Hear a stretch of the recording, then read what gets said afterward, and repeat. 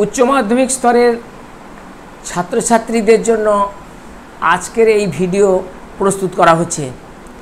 আজকে উচ্চ মাধ্যমিকের থার্ড সেমিস্টার বা তৃতীয় যে অভিক্ষা, যাকে বলা হয় 12 ক্লাস অর্থাৎ দ্বাদশ শ্রেণীর প্রথম সেমিস্টার, এই বিষয়ে আজকে প্রথম ভিডিও প্রকাশ করা হচ্ছে। এটি একেবারে সিলেবাসের নতুন।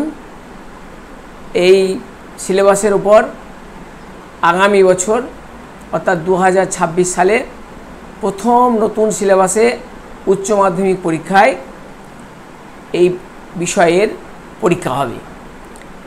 আজকের যে বিষয়, সেই তৃতীয় যে সেমিস্টার তার প্রথম যে গল্পটি, সে গল্পটির নাম হচ্ছে আদরিণী। এই গল্পটির উপরেই আজকে এই ভিডিও প্রস্তুত করা হবে। এই ভিডিওর একেবারেই অভিনব, কারণ হচ্ছে সিলেবাস নতুন এবং তার যে শুধু বিষয় নয়, তার সঙ্গে হচ্ছে তার যে প্রশ্নর যে অবস্থা, যে অর্থাৎ যে প্রশ্নগুলো তাকে করা হবে, এখানে পুরোটাই ওএমআর সিটের ওপরে প্রশ্ন হবে এবং প্রশ্নগুলো সবই মাল্টিপল চয়েস। এখানে নানা রকমের প্রশ্ন থাকে। আমাদের যেটা 11 ক্লাসে হয়েছে অনেকটা সেই রকমই। সাধারণ প্রাথমিক প্রশ্ন হয়, বিচার বিশ্লেষণমূলক প্রশ্ন হয়, তারপরে সেটার সঙ্গে তুলনামূলক জটিল প্রশ্ন হবে, তারপরে তো শর্ট প্রশ্ন, শূন্যস্থান পূরণ, বিভিন্ন বক্তব্য থেকে সঠিকটা নির্বাচন করা, স্তম্ভ, এই সমস্ত যেমন 11 ক্লাসে হয়েছে ঠিক অনেকটাই হবে। তবে আজকের বিষয়টি হচ্ছে একেবারে 12 ক্লাসের প্রথম ভিডিও এবং নতুন সিলেবাসের। এটি শুধু ছাত্রছাত্রী নয়, অভিভাবক অভিভাবিকাদের কাছেও অনেকটাই নতুন বলে মনে হতে পারে। আজকের গল্পের নাম আদরিণী। গল্পকারের নাম প্রভাত কুমার মুখোপাধ্যায়। এই প্রভাত কুমার মুখোপাধ্যায়কে বলা হয় বাংলার মোপাসা। মোপাসাকে তিনি হচ্ছেন একজন রাশিয়ার গল্পকার। তার আসল নাম গিদ্দ মোপাসা। তিনি একজন শর্ট স্টোরি রাইটার। এই শর্ট স্টোরি রাইটার অষ্টাদশ শতকের পরে সমগ্র পৃথিবীতে যে 4 জনের নাম করা হয়, তাদের মধ্যে অন্যতম এই গিদ্দ মোপাসা। এর সঙ্গে থাকে অ্যান্তন চেকভ, এডগার অ্যালান পো এবং অবশ্যই আমাদের রবীন্দ্রনাথ ঠাকুর। এই 4 জন ছোটো গল্পকারের মধ্যে মোপাসার সঙ্গে তুলনা টানা হয় প্রভাত কুমার মুখোপাধ্যায়। প্রভাত কুমার মুখোপাধ্যায় সম্পর্কে সামান্য একটু বলে রাখতে হবে যে তাঁর জন্ম 1873 সালে এবং মৃত্যু হচ্ছে 1932 সালে। এবং তিনি অনেক কাজ, বিভিন্ন কর্মের সঙ্গে যুক্ত থাকলেও শেষ পর্যন্ত তিনি কিন্তু রবীন্দ্র যে অনুসরণ বা রবীন্দ্রনাথের সঙ্গে যে সাহচর্য, সেটা তার লাভ হয়েছিল। এবং শুধু রবীন্দ্রনাথ নয়, ঠাকুর বাড়ির সঙ্গেই তার একটা সম্পর্ক গড়ে উঠেছিল। বিশেষ করে সত্যেন্দ্রনাথ ঠাকুরের সঙ্গে তার সম্পর্কটাও গভীর হয়ে উঠেছিল। এখন এই প্রভাত কুমার মুখোপাধ্যায়, তাঁর বিখ্যাত যদি কীর্তি বলা হয়, সেটা হচ্ছে তিনি প্রথম রবীন্দ্র জীবনী রচনা করেছিলেন। আর তাঁর কিন্তু ভাষার যে ছাঁদ, সেটা কিন্তু বেশিরভাগ ক্ষেত্রেই সাধু ভাষা লক্ষ্য করা যায়। একই ক্ষেত্রে দেখা যায় যে প্রমোদ চৌধুরী যেখানে চলিত ভাষার পক্ষপাতী, সেখানে প্রভাত মুখোপাধ্যায় সাধু ভাষাকে তিনি কিন্তু গ্রহণ করেছেন বেশিরভাগ ক্ষেত্রেই। এখন এই গল্পটা যে আদরিণী, এই আদরিণী কে? আদরিণী হচ্ছে একটা হাতি। বাংলা সাহিত্যে এই যে পশুদের নিয়ে যে গল্প রয়েছে, তার মধ্যে এটি একটি অন্যতম গল্প আদরিণী। আর 2টি গল্পের নাম এই প্রসঙ্গেই উল্লেখ করতে হয়। একটির নাম হচ্ছে শরৎচন্দ্র চট্টোপাধ্যায়ের মহেশ। সেখানে ছিল একটি ষাঁড় বা গরু। আর তৃতীয়টি হচ্ছে তারাশঙ্কর বন্দ্যোপাধ্যায়ের কালাপাহাড় ও কুম্ভকর্ণ। এই কালাপাহাড় কুম্ভকর্ণ এরা দুটো ছিল মহিষ। মহিষের গল্প তারাশঙ্করের, শরৎচন্দ্রের গরুর গল্প, আর প্রভাত মুখোপাধ্যায়ের গল্পটির নাম হচ্ছে আদরিণী। এটি হচ্ছে একটি হাতি, এটি একটি মাদি হাতি। এখন তিনটি গল্পের মধ্যে একটু সামান্য পার্থক্য আমাদের জেনে নেওয়া দরকার, তারপরেই আমরা বিষয়বস্তুতে চলে যাব। বিষয়বস্তুর দিক থেকে দেখা যায় যে মানুষের যে অন্তরের যে প্রবৃত্তি, মায়া, মমতা, ভালোবাসা তিনটি গল্পের মধ্যেই রয়েছে। কিন্তু তিনটি গল্পের মধ্যে থাকলেও মহেশ এবং যে কালাপাহাড় কুম্ভকর্ণের যে শেষ পরিণতি, সেটি কিন্তু অত্যন্ত হৃদয় বিদারক। মানুষের ক্ষেত্রে এটা করা বেশ কঠিন কাজ। আর এখানে কিন্তু প্রভাত মুখোপাধ্যায়ের গল্পের কিন্তু সেই মরবিড আবহাওয়া নেই। একেবারে স্বাধীনভাবে স্বেচ্ছায় অন্তরের অনুভূতি দিয়ে, ভালোবাসা দিয়ে সে আদরিণীকে ত্যাগ করেছে ঠিকই, কিন্তু তার মধ্যে দিয়ে সেই যে মরবিড যে আবহাওয়া, অর্থাৎ কোনো সমাজের যে বা রাষ্ট্রের অর্থনৈতিক সামাজিক কোনো ব্যঙ্গ বিদ্রূপ নয়, আসলে একটা বনেদি পরিবারের মানুষের মধ্যেও যে একটা মমতার যে ফল্গু স্রোত থাকতে পারে, তা এই গল্পের মধ্যেই আমরা লক্ষ্য করেছি। এই গল্পে এই প্রভাত মুখোপাধ্যায়ের জন্ম বর্ধমান জেলাতে। তিনি ধাত্রী গ্রামে জন্মেছেন এবং জামালপুর স্কুলে পড়াশোনা করে বিভিন্ন বিভাগে চাকরি করেছেন। আর তাঁর দুটো ছদ্মনামের কথাও আমাদের মনে রাখতে হবে এই মুহূর্তে। তিনি রাধারানী নামে ছদ্মনামে ব্যবহার করেছেন, গল্প লিখেছেন। আবার তিনি জানোয়ার চন্দ্র শর্মা ইত্যাদি নামেও তিনি ছদ্মনাম ব্যবহার করেছেন। তিনি অনেক গল্প, উপন্যাস ইত্যাদি রচনা করেছেন, জীবনী গ্রন্থ রচনা করেছেন এবং বহু পুরস্কারেও তিনি পুরস্কৃত হয়েছেন। এখন তার এই যে আদরিণী গল্পটার মূল গল্প গ্রন্থের নামটাও আমাদের এই সময় জেনে রাখতে হবে। এটা হচ্ছে গল্পাঞ্জলি। এর অনুচ্ছেদ সংখ্যা হচ্ছে ৭১ আর এর পরিচ্ছেদ সংখ্যা ৭টি। চরিত্র আছে, প্রধান চরিত্র হচ্ছে জয়রাম মুখুজ্জে। এর হচ্ছে কি একজন মোক্তার, মানে এখন যাকে আমরা উকিল বলি, সেটা প্রাচীনকালে সেই ব্রিটিশ আমলে তাদের মোক্তার বলা হতো। অবশ্য ব্রিটিশ আমল থেকেই উকিলের ব্যাপারটা এসেছে। এখন যাদের আমরা ব্যবহারজীবী বা আইনজীবী বলি, এই ধরনের। এরপর আছে নগেন ডাক্তার, আরেকটা চরিত্র আছে নগেন ডাক্তার, খুব উল্লেখযোগ্য চরিত্র নয়। তারপরে আরেকজন ডাক্তার চরিত্র আছে, সেও উকিল, তার নাম কুঞ্জ বিহারী। আরেকজন চরিত্র আছে, তার নাম হচ্ছে নরেশচন্দ্র রায়, তিনি হচ্ছেন পীরগঞ্জের জমিদার। আর নাতনি অর্থাৎ জয়রাম মুখুজ্জের যে নাতনি, তার নাম হচ্ছে কল্যাণী। এই কল্যাণী বিয়েকে কেন্দ্র করে কিছু ঘটনা আছে। তাহলে মূল চরিত্র কিন্তু হচ্ছে জয়রাম মুখুজ্জে। আর গল্পটির নামকরণ করা হয়েছে কিন্তু জয়রাম মুখুজ্জেকে নিয়ে নয়, তার প্রিয় একটি মাদি হাতি আদরিণী, তার নাম অনুসারেই নামকরণ করা হয়েছে। এবার আমরা সংক্ষেপে যদি বিষয়টা বলি এরকম, সেই বিষয়টা হচ্ছে যে পীরগঞ্জে যাবে অনুষ্ঠান উপলক্ষে কুঞ্জ বিহারী এবং নগেন ডাক্তার। তারা এই দীর্ঘ যাত্রাপথ কী করে যাবে, এই সমস্যার সমাধানের জন্য তারা এসেছে এই মুক্তার জয়রাম মুখুজ্জের কাছে। জয়রাম মুখুজ্জে প্রথমত একটু নিমরাজি হলেও পরবর্তীকালে কিন্তু সে রাজি হয় এবং বলে যাওয়ার ব্যবস্থা তার হবে। সে পীরগঞ্জ থেকে হাতি নিয়ে আসবে, সেই হাতিতে চড়িয়ে তিনজনে চলে যাবে। এবং তারপর ঘটনাক্রমে দেখা যায় যে হাতি পাওয়া যায়নি এবং নিজের যে বনেদিয়ানা এবং যেটাকে আমরা বলি যে জমিদারদের যে ঐতিহ্য, তাদের যে রক্তের মধ্যে যে নিজেদের যে অহমিকা, সেই অহমিকার জন্য সামান্য একজন উকিল হয়েও হয়তো এই মুহূর্তে কিছু রোজগার করে, সে একটা হাতি কিনে ফেলেছে আসতো শুধু ওখানে যাওয়ার জন্য। সেই হাতির নাম আদরিণী। তাকে যথারীতি বাংলার যে সমস্ত কৃষক সম্প্রদায় আছে, তারা যেমন নতুন পশু ঘরে কিনলে তাদের যেমন আদর আপ্যায়ন করা হয়, সেও আপ্যায়ন করেছে। এক্ষেত্রে মিল তারাশঙ্কর বন্দ্যোপাধ্যায়ের ওই কালাপাহাড় কুম্ভকর্ণের সঙ্গে মিল আছে। তার যে আবাহন এবং সেই আবাহনের পরে তার যে আস্তে আস্তে সে কর্মহীন হচ্ছে, হাতির তেমন কাজ থাকছে না, সে খাওয়া পড়া হচ্ছে তার জন্য দেখভাল করার জন্য লোকজন রাখা হয়েছে। কিন্তু তার থেকে কোনো রোজগার হচ্ছে না। এদিকে বয়স বাড়ছে জয়রাম মুখুজ্জের, বয়স এমন একটা জায়গায় এসে পৌঁছেছে যে তার আর সেই সংসার চলছে না। ইতোমধ্যেই তার যে জেদ, সেই জেদের কথাতেও বহু টাকা সে নষ্ট করেছে।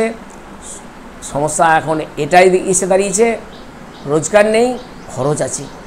আর এই টালাবাহানাতে বিশেষ করে তার নাতনি যে কল্যাণী, তার বিয়ে দেওয়ার জন্য এখন টাকার খুব প্রয়োজন হয়ে উঠেছে। ফলে তারা সিদ্ধান্ত নেয় যে আদরিণীকে প্রথমত যে ভাড়া দেবে বিভিন্ন অনুষ্ঠানে, তা থেকেও খুব একটা ভালো রোজগার হয়নি এবং শেষ পর্যন্ত তাকে বিক্রির সিদ্ধান্ত নেওয়া হয়েছে। এবং বিক্রি করতে গিয়ে যে জয়রাম মুখুজ্জের যে অন্তরে যে স্নেহ, একজন প্রকৃতপক্ষে দরদি মানুষ এবং একজন পশুকেও যে কত ভালোবাসা যেতে পারে, তার সমস্তটা লেখক যেন একেবারে আমাদের সামনে প্রকাশ করে তুলেছেন। প্রথম হাট থেকে সে ফিরে এসেছে, আদরিণী বিক্রি হয়নি, পরবর্তী একটা হাটে তাকে পাঠানো হয়েছে, কিন্তু সেই হাটে যাওয়ার পথে তার মৃত্যু হয়েছে। এই মৃত্যুর খবর পৌঁছিয়েছে জয়রামের কাছে। বৃদ্ধ জয়রাম সেখানে গেছে এবং তাকে যথারীতি কবরস্থ করা হয়েছে। তার যে সমস্ত পারলৌকিক কাজ হাতির করা হয়েছে এবং শেষে দেখা যায় যে জয়রাম মুখুজ্জে এর মৃত্যুর, তার প্রিয় হাতির মৃত্যুর পর মাত্র কিছুদিন তিনি জীবিত ছিলেন, তারপর তিনি মারা গিয়েছেন। এইভাবে এই গল্পটি সমাপ্ত হয়েছে। এখন আমরা এবার এখান থেকে প্রশ্নে চলে যাব, যে প্রশ্নগুলো খুবই প্রয়োজনীয়। প্রশ্ন হলো, গল্পটির উৎস, গল্পাঞ্জলি, গল্পকারের নাম, আদরিণী গল্পের নাম নিশ্চয় প্রভাত কুমার মুখোপাধ্যায়। আদরিণী কে? একটা হাতি। আদরিণীর সঙ্গে তুলনীয় বাংলা সাহিত্যের দুটি গল্প আমি ইতিমধ্যেই বলে দিয়েছি, যে শরৎচন্দ্রের মহেশ এবং তারাশঙ্করের কালাপাহাড় কুম্ভকর্ণ।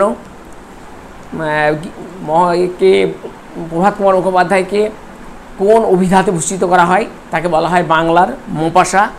তার রাধারানী তার ছদ্মনাম এবং জানোয়ারচন্দ্র শর্মা তার অর্থাৎ দেখানো আসতে পারে যে তিনি কি ছদ্মনামে ব্যবহার করতেন। আর প্রভাত কুমার মুখোপাধ্যায় ছদ্মনামের ছাড়াও আসবে যে এই যে আদরিণী গল্প, এই গল্পের অনুচ্ছেদ সংখ্যা কটি? এই অনুচ্ছেদ সংখ্যা হচ্ছে 71টি। এর পরিচ্ছেদ সংখ্যা কয়টি? 7টি। এর ভাষা কেমন? সাধু ভাষা। এইভাবে কতগুলো মূল প্রশ্নের পরে যে লাইন ধরে যে প্রশ্ন হবে সেগুলো হচ্ছে এরকম। নগেন ডাক্তারের সঙ্গে কে এসেছিলেন জয়রাম মুখুজ্জের বাড়িতে? কুঞ্জবিহারী। নগেন কুঞ্জবিহারী, এরপর আসবে কুঞ্জবিহারী, তিনি তার পরিচয় কি? কুঞ্জবিহারী একজন উকিল। প্রশ্ন আমি মূল গল্পের সঙ্গে বলবার সময়ই আমি বলে দিয়েছি। পীরগঞ্জের বাবুদের বাড়িতে বিয়ে উপলক্ষে কোথা থেকে খেমটা আসবে? কলকাতা থেকে। আর এই পীরগঞ্জের বাবুদের বাড়িতে যে বিয়েতে বাই আসবে কোথা থেকে? বেনারস থেকে। জয়রাম মুখুজ্জের এই যে কত বছর ধরে পীরগঞ্জের বাবুদের এস্টেটের মালিক? এটা হচ্ছে 20 বছর। নানা রকম অপশান থাকবে। এ জেলার মধ্যে এমন কে বিষয়ী লোক আছে যে আপনার কাছে উপকৃত নয়? এখানে আসবে বক্তা। কি বক্তা? হচ্ছে কুঞ্জবিহারী। পীরগঞ্জে গিয়ে নিমন্ত্রণ রক্ষা করা জয়রামের পক্ষে একটু কঠিন, তাতে 2 দিন কাছারি কামাই হবে। সেই দিন দুটি কি কি? সোম এবং মঙ্গল। জয়রাম মুখুজ্জে এবং নগেন ডাক্তার তার সঙ্গে কুঞ্জবিহারী এরা শেষ পর্যন্ত কিভাবে পীরগঞ্জে গিয়েছিল? ওই হাতি, অর্থাৎ যেটা জমিদারে পাঠানোর কথা ছিল না সেটা পাঠায়নি, ফলে নতুন হাতি, একেবারে মাদি হাতি আদরিণীর পিঠে চড়ে তারা চলে গিয়েছিল। এক জোড়া নতুন বলদ কিনে এনেছে, খুব দ্রুত যায়। কে কিনে এনেছে? ইমামউদ্দিন শেখ। অপমান করিয়া তাহাদিগকে তিরস্কার করিয়া দিল। তাহাদিগকে বলতে এখানে কাদের বলা হয়েছে? বালক দিগের। মুখের জবাব মুখেই রহিয়া যায়, এর কারণ জুনিয়র উকিলদের মুখের ইংরেজি ভাষা বুঝতে না পেরে তর্জমাকারী সাহায্য নেয়।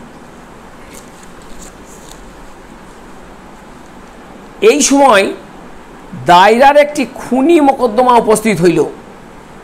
এই মোকদ্দমায় কতদিন যাবৎ, এটা 3 দিন যাবৎ, এটা মোকদ্দমা কতদিন যাবৎ হয়েছিল, এটা চলছিল, এটা 3 দিন।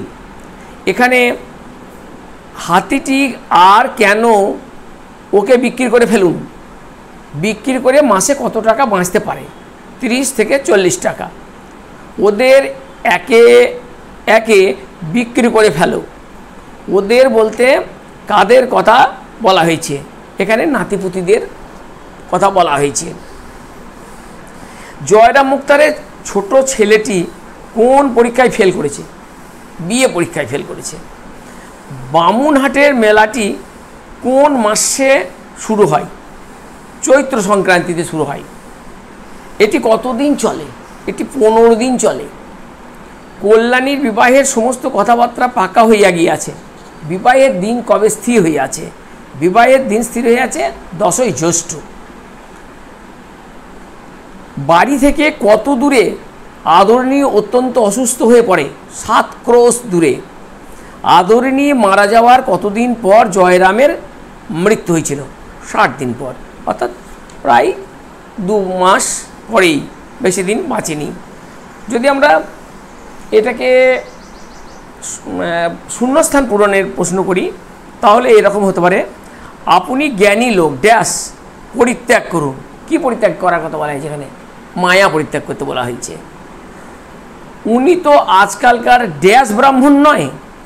এই ড্যাশ অর্থাৎ শূন্যস্থানে কি বুঝবে? মুরগি খোর, অর্থাৎ মুরগি খাওয়া বামুন নয়, রীতিমতো সন্ধ্যাহান্নিক করে নিরামিষ ভোজি জয়রাম মুখুজ্জের কথা বলা হয়েছে। সঠিক যদি বিকল্প নির্ণয় করতে হয় তাহলে আবার এরকম আসবে যে একটা ক্রম অনুসারে সাজাতে হবে। সেটা এরকম, তবে আমার তো ভাই খেমটা শোনার বয়স নাই, এটা 1-এ। 2-এ হচ্ছে সন্ধ্যা নাগাদ হাসি এসে যাবে এখন। আমি আজ 20 বছর ধরে তাদের এস্টেটের বাঁধা মুক্তার। গরুর গাড়ি করে যেতে হলে যেতে 2 দিন, আসতে 2 দিন। এই যে পাঠ্যাংশ, এই পাঠ্যাংশের মধ্যে ক্রম অনুযায়ী সাজাতে হবে। তাহলে ক্রম অনুযায়ী সাজাতে হলে এটি হবে এইরকম 3, 4, 2, 1, এভাবে ক্রম অনুযায়ী সাজাতে হতে পারে। এবার যদি স্তম্ভ মেলাতে হয় তাহলে বাম স্তম্ভ, প্রথমে বাম স্তম্ভ এবং ডান স্তম্ভ।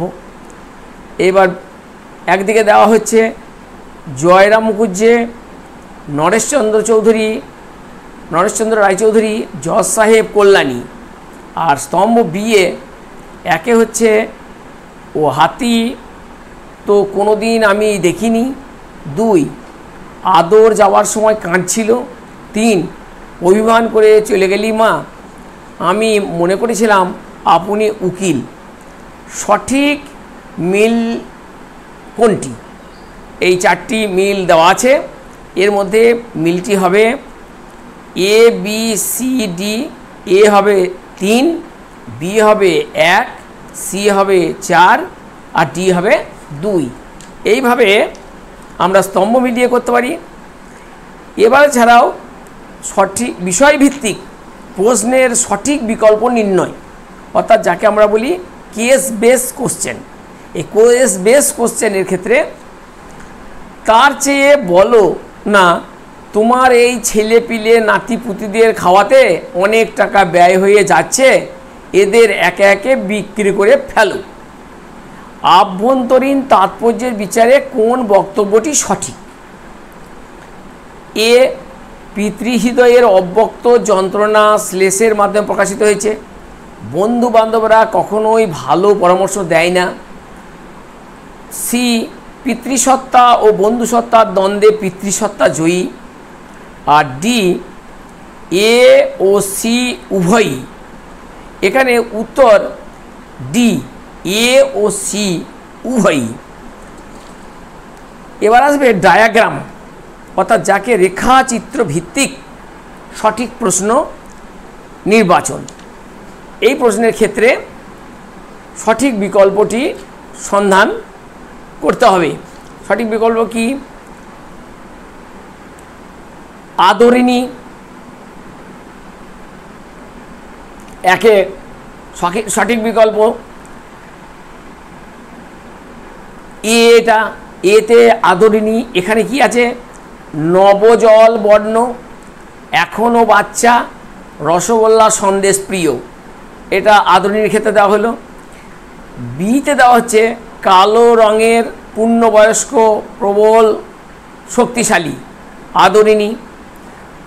সিতে প্রভুভক্ত, দুর্দান্ত, দাঁত বিশিষ্ট, আদরিণী সম্পর্কে দেওয়া হয়েছে। আর ডিতে নবজলবর্ণ, পূর্ণবয়স্ক, রসগোল্লা প্রিয়, আদরিণী সম্পর্কে। এই যে 4টি বিকল্প দেওয়া হয়েছে, এর মধ্যে সঠিকটি আমাদের চয়েস করতে হবে, অর্থাৎ বেছে নিতে হবে।